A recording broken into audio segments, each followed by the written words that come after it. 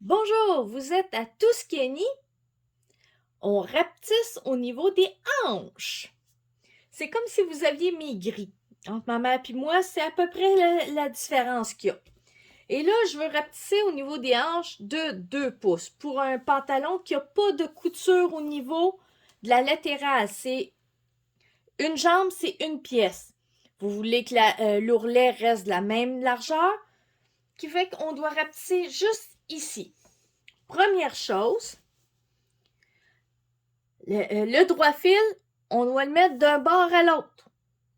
Et même qui dépasse du patron. Et au niveau du genou, c'est préférable en avoir une au niveau du genou perpendiculaire. Et là, on va mettre en haut et en bas ce qu'on doit rapetisser. Un pouce de ce côté-là, un pouce d'un côté, un pouce de l'autre. Après qu'on a fait ça, on a à faire ici, par rapport à la mesure du bord, on fait la mesure d'1 pouce. Au niveau du genou qu'on a mis perpendiculaire, on fait un trait 1 pouce plus loin d'un côté et aussi de l'autre. Je sais pas si on le voit ce côté-ci, là. Bon, là, on le voit. On fait une mesure d'1 pouce plus loin. À partir de là,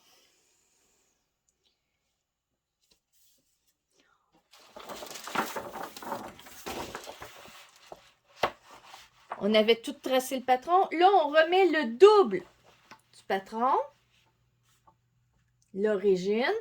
Et là, on vient mettre droit fil sur droit fil. Et la ligne du genou sur l'autre ligne du genou. Et là, on le tâche, je vais aller faire la ligne là, on rapetisse, on s'en vient de ce côté-ci. Le nouveau droit fil, moins 1 pouce.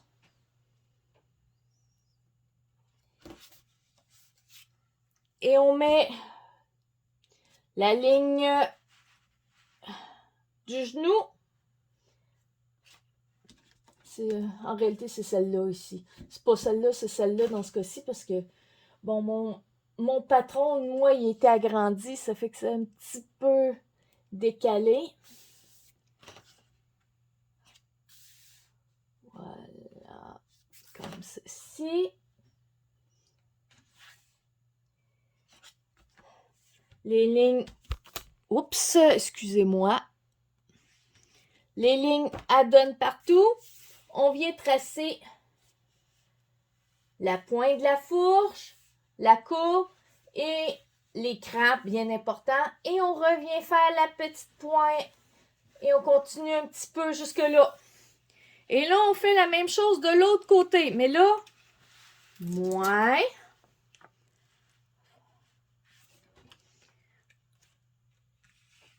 On va mettre moins sur le moins. Voilà. Droit. Le genou sur le genou.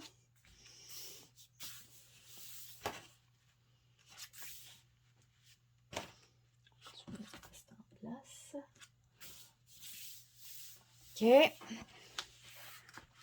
Regardez ce que vous voyez. Et on vient retracer la pointe ici, la courbe de la fourche, l'écran important et un petit bout ici. Maintenant,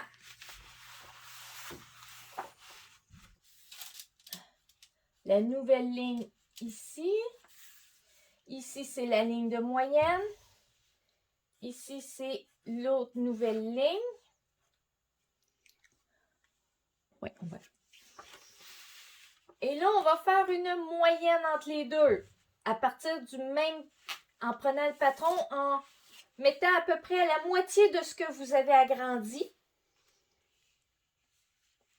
Vous venez à côté pour attraper la ligne d'un côté, la ligne de l'autre.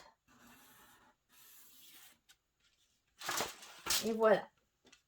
La première est faite.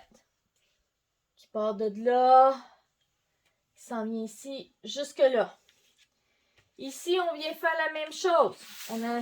On tasse à peu près de la moitié de ce qu'on a agrandi. On a agrandi, pas agrandi, rapetissé. Je pense que je suis fatiguée encore.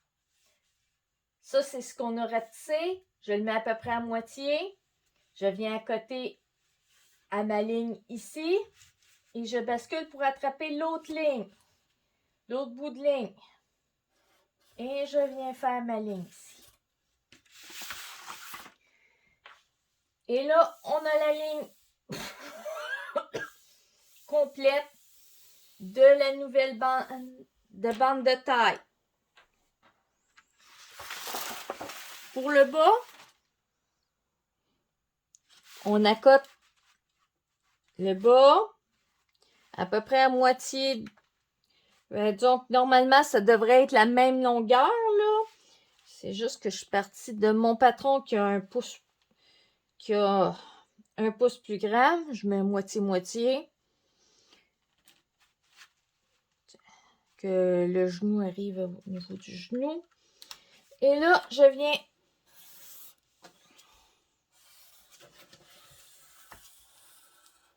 et voilà. Rien ici. Voici la nouvelle ligne. En bas. Je sais pas si on voit.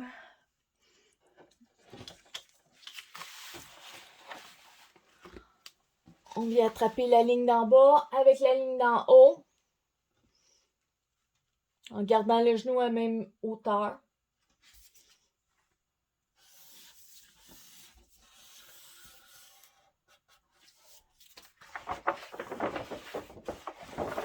Et voici le pantalon est corrigé.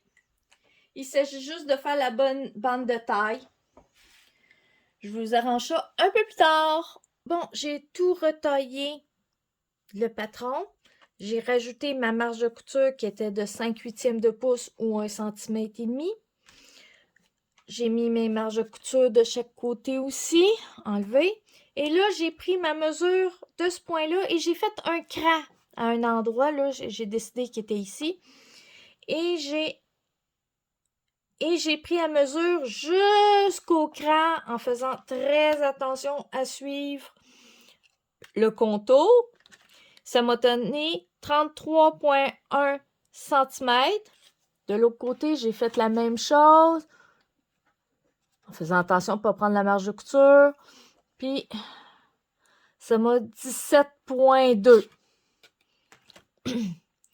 Là, à partir de là,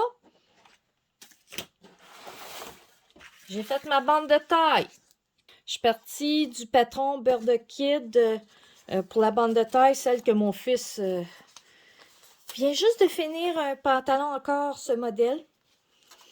Que je ne sais pas si quand la vidéo va sortir, je vous aurai montré une vidéo portée ou non, là. Mais bon, je suis partie de ce patron-là. Pour mieux expliquer, la ligne du centre, c'est la piqûre. Chaque côté ici, c'est les marges de couture 1,5 cm. Puis ici, les deux qui sont là et ici, c'est des surpiqûres. Et on met un élastique d'à peu près un peu plus qu'1/4 de pouce. C'est à peu près 1,5 cm entre chacun. Et comme j'ai beaucoup de cet élastique-là, ça fait que je fais tous les pantalons élastiqués de la même manière. J'ai tout mis mes lignes. J'ai mis le petit rond ici pour si je voulais faire un œillet ou une boutonnière. Mon cran à 33, je ramène, 33,1 cm. Je l'ai fait à partir du centre jusque là. Et après ça, j'ai été jusqu'ici avec 17,2 cm. J'ai fait mes crans. Et comme pour une bande de taille, je ne sais jamais si je vais le faire sur le pli du tissu ou complètement étendu, dépendant du côté je le mets. Je l'ai fait pour être capable de faire les deux facilement. Pour le reste, ça se peut que je vous montre des vidéos portées, mais ça sera pas moi qui va les coudre, c'est ma maman, puisque ça, c'est le patron pour ma maman pour qu'elle puisse se débrouiller. Et comme j'y ai promis que tous ces patrons de base seraient faits, ben au moins le premier pantalon est fait pour moi et pour elle. Bon, ben si vous avez aimé, un pouce en l'air. Et vous pouvez vous abonner, hein? C'est très apprécié. Et vous pouvez mettre des commentaires s'il y a des choses que vous voulez voir. Peut-être que je peux faire des vidéos spéciales pour ça. OK? Bye bye!